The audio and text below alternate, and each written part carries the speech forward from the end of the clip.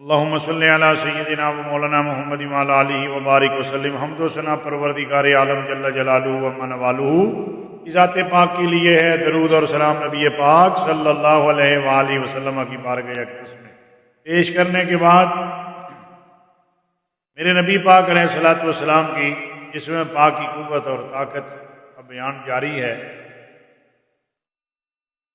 سابقہ جو ہمارا موضوع جس میں ہم نے یہ بیان کیا کہ رکانہ کو میرے آقا نے، جو پہلوان تھا میرے آقا نے اس کو شکست دی، اب اسی رکانہ کی بات کرتے ہوئے اگلی طرف جاتے ہیں۔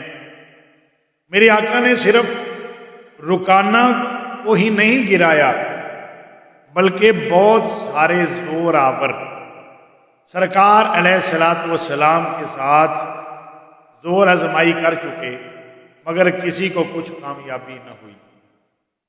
ان میں سے ایک ہے ابو الاسود جمعی، اس نے بھی کشتی کر کے دیکھ لیا مگر شکست کھائی۔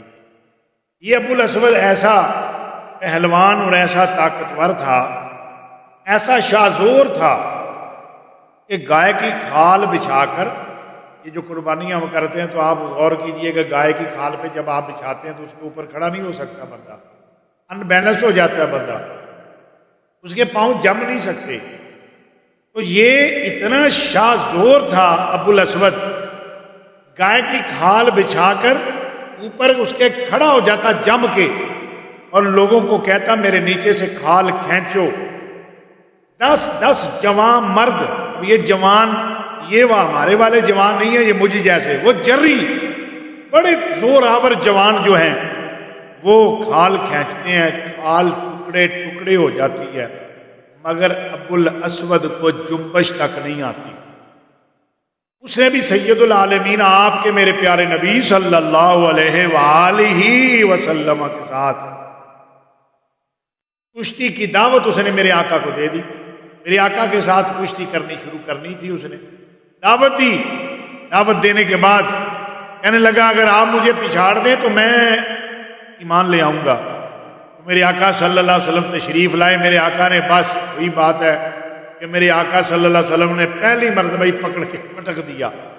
تو جب پٹک دیا تو ابو الاسود کو شکست بھی ہو گئی، مگر وہ بدقسمت ایمان نہ لایا۔ یہ مقدر کی بات ہے۔ آج وہ بندہ اس دور میں بڑا خوش وقت ہے جس کی زندگی زیادہ نیکیوں میں گزر رہی ہے، اچھائی میں گزر رہی ہے، ذکر مصطفیٰ میں گزر رہی ہے، کہ یاد مصطفیٰ جس کے سینے میں ہے۔ بڑا پیارا شعر ہے، یاد مصطفیٰ جس کے سینے میں ہے، کہیں بھی رہے مدینے میں ہے۔ وہ نعتوں کی محفل میں ہو جلوہ گر، سمجھ لو یہ محفل مدینے میں ہے۔ اللہ میری حاضری اپنی بارگاہ میں